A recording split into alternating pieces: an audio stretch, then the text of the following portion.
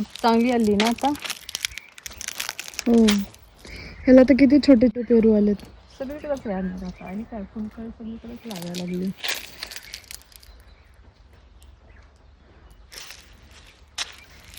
चल तिकडं.